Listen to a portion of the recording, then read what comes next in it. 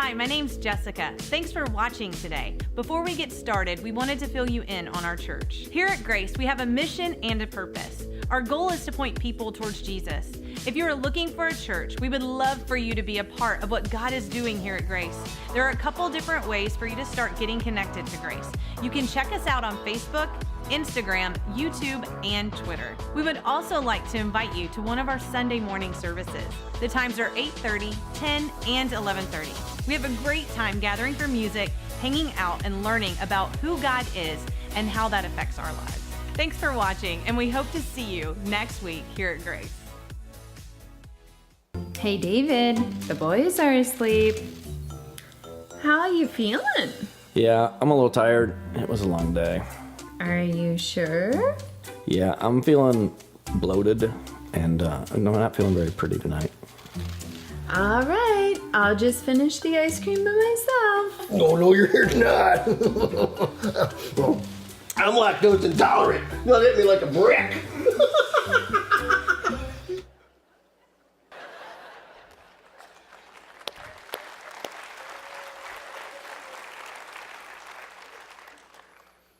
We've been talking about the elephant in the family room. We've been talking about issues that a lot of times we don't talk about that affect our relationships, affect our families, and maybe more than any other issue that affects our family is the issue of forgiveness that we're going to talk about today. Because of the lack of forgiveness, or people really not knowing how to negotiate through restoring relationships, because of that, marriages are choked out, friendships are broken, churches are split, all because they don't know how to navigate through this one area called forgiveness. So as we dive into this, I would like you to turn to Matthew chapter 18. That's going to be our primary text today. This topic is crucial, and we're going to find that everyone needs forgiveness at some point in their life. When we're in relationships, we will always come to times when we need forgiveness. Everyone does. And then everyone needs to know how to give forgiveness. And not having the ability to forgive, Jesus says, is deadly. It's worse than deadly. We'll get back to that later. So I want to just break this into three small bite-sized chunks. Some of you are like, how small, Kevin? Yeah, three small bite-sized chunks. And it goes like this. Why we need forgiveness. That's the first thing. Why do we need forgiveness? Then the cost of forgiveness. And then the implications. Actually, there are two. Implications of forgiveness. So the why of forgiveness, I think most of us pretty much get that. I mean, it's not hard to figure out. Healthy relationships cannot happen without forgiveness. Because forgiveness reconnects relationships, reconciles relationships, fixes relationships. And it's essential. We got to have it. And the reason is because when we interact with other people, we offend them. We create debts that we owe people. We do this because we're imperfect and we're rubbing shoulders with other imperfect people. And so when we're in relationship with anybody, there will be times where we will offend them, and we might know it, or probably we won't even know it. And that we have to have a way of resolving that. How many of you, about the time that you started driving, had a dad that said, don't forget to check the oil? Sounds like a lot, right? We've all heard that. I remember, same with my dad. It started about 15 years old. Always check. Actually, he required that I would know the oil level in whatever car I was driving, either my car or if I was driving one of his cars.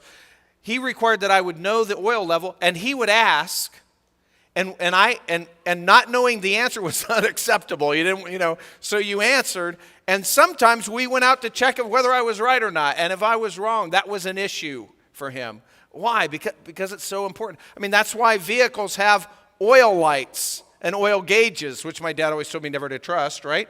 So we have those.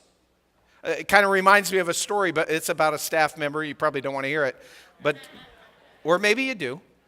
So actually, this is about Luke Weishart. Well, actually, it's about Luke's wife, and I haven't been able to talk to Luke's wife. I don't think she's here. A lot of times they sit over here. She's gone, so it's perfect.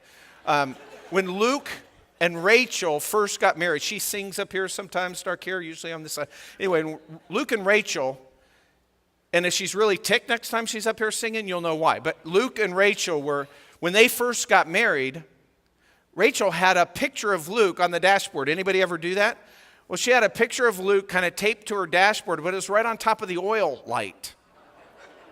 And so after a while when she's driving, she never saw the oil light. She just saw Luke's picture. And once in a while she saw that Luke had kind of a faint red glow to him. She just thought that was the aura of Luke because she was so in love with Luke. She didn't think anything about that.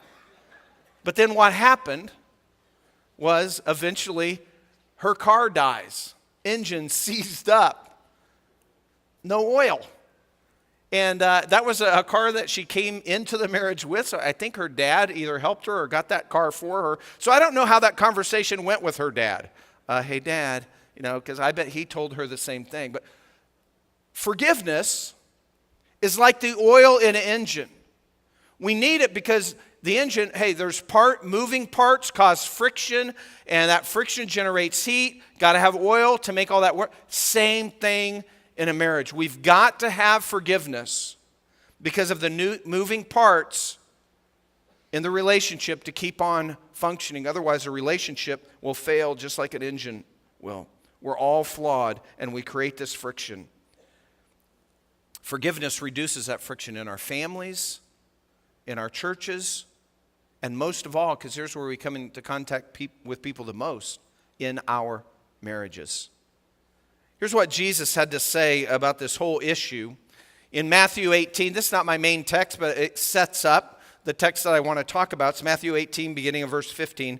He says this, Jesus says, "If your brother sins, go and show him his fault in private. And if he listens to you, you have won your brother. If he does not listen to you, take one or two more with you, so that by the mouth of 2 or 3 witnesses, every fact may be confirmed. If he refuses to listen to them, tell it to the church. And if he refuses to listen even to the church, let him be to you as a Gentile and a tax collector." So in this, forgiveness is so important that Jesus gives a system. He gives us a system for forgiveness, for reconciling relationships, primarily in the church family, but it works everywhere. And it starts with this, and it's not listed here, but by the time we get through this, you'll understand this is where it starts. It starts with preparing your heart. It starts with preparing your heart and making sure that you have a willingness to forgive. Then the next step is that you go to the person in private. And then you share, hey, this has offended me, or here is my concern, or whatever, and you have that private conversation. The next step is you need to evaluate what is said in that conversation. Because it might be that you've been offended by something, but when you hear the whole story, it's not so offensive. So you need to consider what was said during all this. But then, if at the end of that conversation there's still friction, they don't think they've done anything wrong, you do, whatever the case may be, then you involve others to help. So it's prepare your heart, go to them in private, consider that exchange, consider what they say, think about that, pray about that, then maybe involve others, and if that doesn't work, you involve the church or the church leadership. So that's kind of the steps that God gives to resolve issues that come up, friction that comes up, in the church family because it comes up in relationships. So that's how we do it. That's the how to. Now, for full effect of forgiveness to happen, and by full effect I mean for the relationship to be restored, one person has to admit that they have done something that's offended the other person. So you got to have that. Without that, then either the other person says, oh, I shouldn't have been offended, everything's okay, or the relationship does not get fixed. But here's the deal. Jesus taught that when we offend somebody and we know it, we should go to them and make it right. Ask for forgiveness. But typically, we don't know or we don't feel the weight of our offense to other people like they do. And so if you've been offended, and here's the problem with 90% of situations like this. When you've been offended, it's not an option to just sit back and be offended. People get offended and they're like, well, why should this person did this to me. It was wrong. They have wronged me. And I'm waiting for them to give me an apology. They owe me an apology, right? But they may not even know. Jesus does not give us the option that we just sit and stew and resent and become bitter and wait for them to respond. We have to take the initiative. So if you're offended by something, you have to take the initiative to restore the relationship, even if it wasn't your fault, because that's the way you're thinking. It's not my fault. I know. But Jesus is calling you to take the initiative to restore the relationship. You start the process. It's your responsibility to act. You go to them, you point out the offense, and if they own it, then they'll ask for forgiveness. You can give it to them. The relationship is restored. And so the question comes up, well, what if they don't own it? What if they disagree? Well, if they don't own it and you're still offended after talking to them, then you still don't give up on the relationship. Then you seek out the help from others. You consider what they said, why they don't think that should have been an offense or whatever, and then you get help in order to restore the relationship, because the relationship's important. You don't give up on it even then. And then other people say, well, what if it's the other way, Kevin? What if, I point out that something is offensive, the person acknowledges it, they ask for forgiveness, I forgive them, but then it happens again. And I point it out and they ask for forgiveness, I forgive them, and then it happens again and again and again. And then it just feels like a joke. It just feels like this person doesn't care. And then what's the use? So I stop going to the other person, and it's just not working. I don't think they're sincere, and so I shut down, and then the relationship suffers, and resentment grows, and bitterness comes in. It becomes like an open sore festering in your relationship or in your marriage. And that's how marriages get choked out that way. Sometimes that ongoing thing happens because one person, through their being offended, wants to just control the other person. Oh, I'm offended, so you can't do that anymore. Oh, I'm offended, I'm offended, I'm offended. So some people will be offended all the time, and they're just using that by means of control. Well, the other person will say, sorry, but I'm not going to let you control my life. So you got to work through that, is what Scripture's saying. But if you're wondering, well, if this just keeps happening, so then what? Then what I do? And if you're wondering that, that's exactly what Peter was wondering when Jesus said this originally. And so he was there, and so he asked. Verse 21. Then Peter came to him, being Jesus. Then Peter came and said to him, Lord, how often shall my brother sin against me and I forgive him? Up to 7 times? Over and over and sometimes? And Jesus said to him, I do not say to you up to 7 times, but up to 70 times 7. 490. For this reason, the kingdom of heaven may be compared to a king who wished to settle accounts with his slaves. And now Jesus starts telling a story to illustrate what he just said, because it's kind of tough. Peter's saying, okay, so somebody keeps doing this. They offend me. I go to them, I forgive them, but then they do it again and again. This is ridiculous. How many times? He says maybe 7, which is beyond what the rabbis or anybody else would say. He kind of adds some more and says, well, this is pretty good. And probably the other disciples are going, oh boy. And, he's throwing it all out there. And Jesus says, no, 7 times 70, 490, or some translations will say 77 times. It's because this word in the Greek is very hard to translate, so it could be either way. But the point is not the number. It's not like 76, 77. Boom! Now I'm lowering the boom. 148, 149, 189, 190. Boom! It's not like that. Jesus is saying, hey, forgive. So that's why he has to tell the story to make this pop. And so for this reason, the kingdom of heaven may be compared to a king who wished to settle accounts with his slaves. Verse 23, then 24. When he had begun to settle them, the one who owed him 10,000 talents was brought to him. But since he did not have the means to repay, his Lord commanded him to be sold along with his wife and children and all that he had, and repayment be made. So the slave fell to the ground and prostrated himself before the king, saying, have patience with me, and I will repay you everything. And the Lord of that slave felt compassion and released him and forgave him the debt. And that story really brings up something that we often forget, and that's my second point, the cost of forgiveness. There is always a cost associated with forgiveness. That's what Jesus is trying to tell us in this story. This sum that's mentioned here, 10,000 talents, it's an astronomical sum. And the only way you can compare these monetary amounts is to put them in our day. In the first century, a laborer earning full day's wages, it would take him 150,000 years to repay 10,000 talents. 150,000 years of labor is what 10 or 150,000 people laboring for 1 year is what it would take to repay 10,000 talents.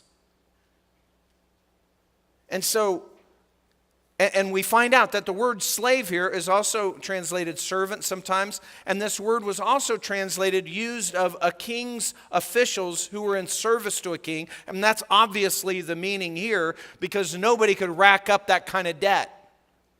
So this guy has mismanaged the kingdom's affairs so badly that he has lost for the kingdom or the king a national debt size amount of money that there's no way he can repay. But he asks for mercy. And then the king shows compassion and gives him mercy. And then at that part of the story, we just kind of think that the debt goes away. The debt doesn't actually go away. It goes away that the person doesn't owe it anymore. But the debt doesn't disappear. It is paid for by the king. The king absorbs the loss. After the king does this, he's 10,000 talents poorer than he was before this interaction. Now, he could have sold the man, his wife, the kids. Maybe that would have brought 1 talent. The king forgives him. But it's the king that paid the price. It's the king that paid the cost of forgiveness. Forgiveness is free to the forgiven, but it costs the forgiver. It always costs. Well, hold it, Kevin. That's not fair. You're telling me that somebody wrongs me and offends me and I pay. Right. Forgiveness is never fair. If it's fair, it's not forgiveness. Forgiveness is never fair. Forgiveness is releasing, letting go a debt that somebody actually owes you. It could be a monetary debt, but more often it's a debt to your reputation, a debt that they have violated your trust or something like that. It always costs. It's never fair. It's never free. It's absorbed. That's how we forgive. It always costs something. And we have to give up something that we're owed. That's why we use the terminology, you owe me an apology. We understand in us that something is owed. And by the way, if they don't owe you something, then they don't need to get forgiveness from you. That's not a forgiving thing. I remember years ago, I was in Novosibirsk, Siberia, and I was in a rented house. This is a huge town, third biggest town in Russia at the time, and biggest town in Siberia. Not a nice place, but anyway, I was there, and I was just, through the process of just being there for a few days, I was taking my shirt off in a bedroom, and the ceilings weren't quite as high as I was used to, and my arm hit the light fixture above me and knocked the glass part of that off, and it hit the ground and broke. And my host, I could tell they didn't have much. And so, and my host just was super gracious. My host forgave me. Don't worry about it. But I knew this was one of those things that would not be replaced, because I knew they couldn't replace a toilet seat. They just sat on the rim for the last 10 years because they didn't have money to do it, nor could you even find one. But anyway, so it bummed me out. Because I'm thinking, okay, yeah, that's no big deal for us, but that's a bigger deal here. And it's just, have you ever done something like that and you can't figure out how to fix it? So I very much appreciated their forgiveness, but I also knew, wow, that's a debt I don't want them to have to absorb. Turned out, just by the providence of God, somehow I was able to cross a city of 1 million people, never run into one person who knew English, go by myself, find a store that specialized in lighting, and buy this one glass piece that perfectly matched the one I had broken. I mean, just a God thing. But I was forgiven, but I still wanted to make restitution. Something similar happened. We mentioned a couple of weeks ago, we were in Dallas, the whole 15 men from our staff. Did you catch that? Anybody? Well, something happened there, but you don't want to hear staff stories. But what happened was, well, I won't mention the guy's name, but one night, so we're in a rented room. We're sharing a house, and there's only 2 bathrooms. There's 15 of us, 2 bathrooms, and so you got to get started early. And then one night, and again, protected guilt. Well, his name's Cole. But anyway, he was walking through the house in the dark, and one bathroom was in the main hallway, and the other bathroom was off the master bedroom. Tim made the arrangement, so he was sleeping in the master bedroom, and Luke was in there sharing that room with him. And so Cole is kind of tiptoeing through the bedroom to make it to this bathroom to be able to use the facilities. And he knocks over a lamp, because it was kind of tight quarters. Lamp falls over and breaks. And so we call the guy, and the guy says, yeah, okay, but he tacks it on our bill. So we receive forgiveness for the inconvenience of him having to do it, but the guy charges us, which that's fine. We want to pay. But he didn't really forgive us the price of the shade. He forgave us the inconvenience of him having to do it, and we paid for the shade. There's always a cost to forgiveness. Whether we made restitution with the shade or not, the guy's offering forgiveness. Yeah, we are costing him something. God is our greatest example in learning how to forgive. Because God has absorbed the debt of all of our sin. Not only our sin against other people, but our sin that we don't even scratch the surface of our sin against God. And he absorbs this debt at infinite cost. What did it take for God to be able to forgive us of our debt without violating his own character, his own justice? It took the death of God, the death of Jesus Christ, infinite God, on the cross to pay for our sin. And then that brings us to the third point, which is the 2 implications of forgiveness. You see, the implication is that if we're a Christian, if you are a Christian, if I'm a Christian, then we've received forgiveness. And in order for God to give that to us, he had to pay an infinite cost for us, to make it possible for us to receive forgiveness. And if that's true for you, which is true for all believers, then the first implication is we must be willing to forgive others. We must be willing to forgive. It's not an option, and we're going to see that in just a moment, because we haven't finished the story yet, right? So let's pick the story up. So here's the king. The guy owes him a tremendous amount of money. No way can the guy pay it back, although he offers to. He's trying to get out of it. The king forgives him. He goes away scot-free. The king has paid his debt. He owes nothing to the king. Verse 28. But that slave went out and found one of his fellow slaves who owed him 100 denarii. 100 denarii, it's a debt. I mean, it's several months' pay, half a year. Who owed him 100 denarii, and he seized him and he began to choke him, saying, "Pay back what you owe." So his fellow slave fell to the ground and began to plead with him, "Have patience with me, and I will repay you." But he was unwilling, and he went and threw him into prison until he should pay back what was owed, which is not a great strategy, but he tosses him in jail. So when his fellow slaves saw what had happened, they were deeply grieved and came and reported to their lord all that had happened. Then the king takes action. Then summoning him, the Lord said to him, "You wicked slave, I forgave you all that debt because you pleaded with me. Should you not also have had mercy on your fellow slave in the same way that I had mercy on you?" And his Lord, moved with anger, remember it was compassion, moved with anger, handed him over to the torturers until he should repay all that was owed him.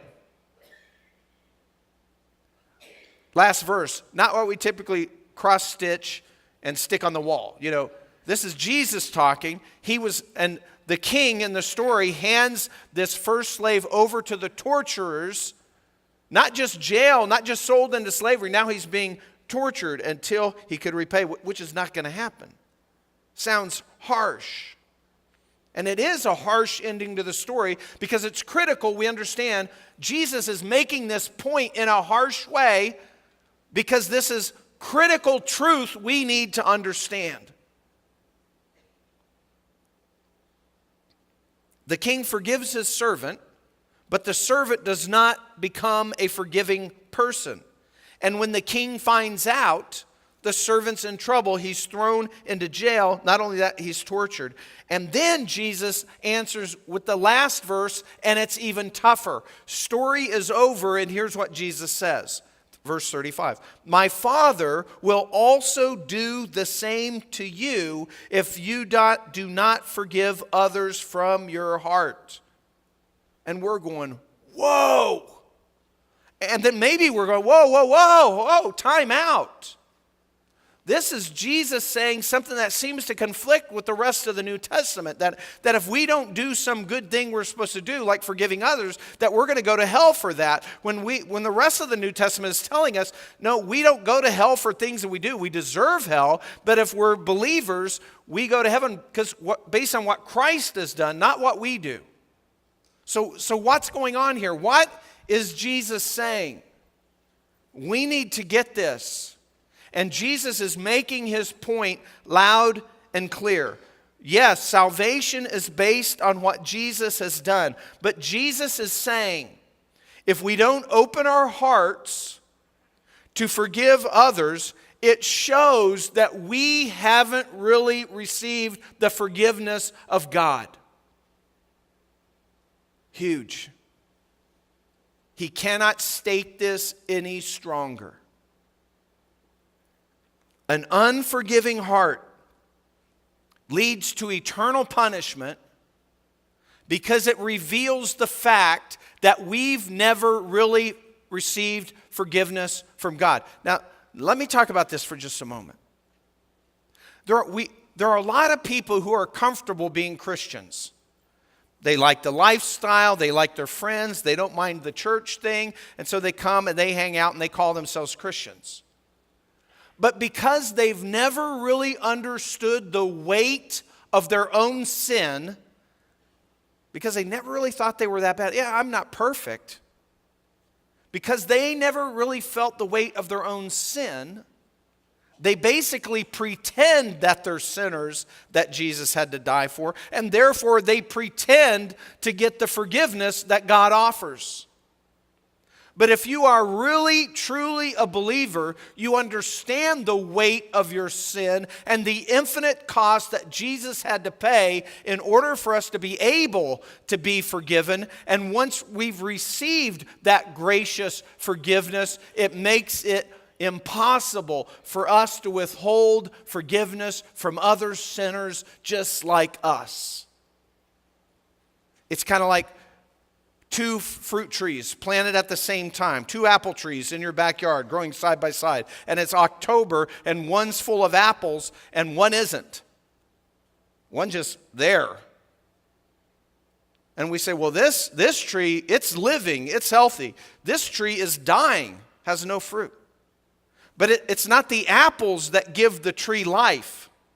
The apples show that there's life in the tree. The apples show that the tree's living. They don't give the tree life. It's the same thing here.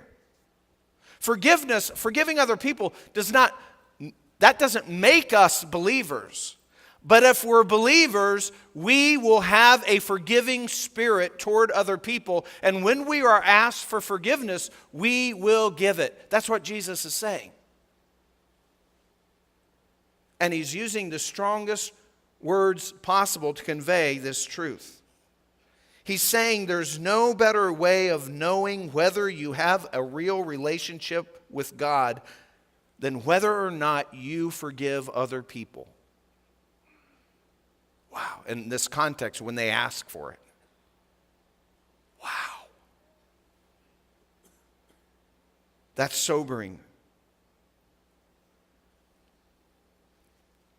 But God's forgiven you an infinite debt. And your king who forgave you all that debt is telling you, not like the guy in the story, you're commanded, forgive others. Not an option, have to do it. But Kevin, you don't understand what's going on in my marriage. You don't understand how much water under the bridge has happened. It's broken. I mean, we're so sideways. It's so messed up. Where do you even start? That's the forgiveness and trying to get forgiven. That's years ago. We're way beyond that, and it's just a wreck. Well, first, you need to understand forgiveness is not forgetting. Forgiveness does not mean that you forget. Forgiveness means that you never remember it in order to use it against the other person. Forgiveness is never holding it against them anymore. It's not amnesia. Forgiveness is not forgetting. It's never holding it against them ever again. Forgiveness is not restoring trust. When you forgive somebody, that doesn't mean you trust them tomorrow. Forgiveness can happen on the short term. Forgiveness can happen in hours or days. Trust is built over time with accountability. So you forgive somebody, you don't have the exact same trust level if it's a trust issue that's been violated. You forgive them, you don't hold it against them, but it takes time for that trust level to be restored, or you're just faking it.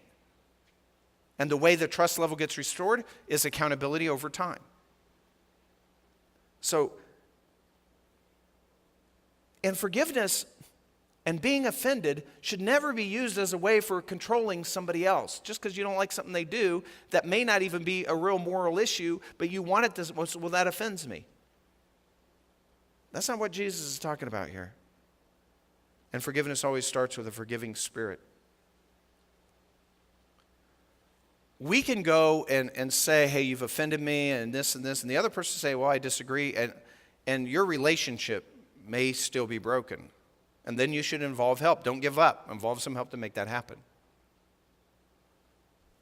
But forgiveness always starts with a willing spirit. You have to have a willing spirit before you even go talk to them. You have to have a forgiving spirit before you even go. You have to be willing to forgive before you even take the first step. The willingness of forgiveness has to always be there.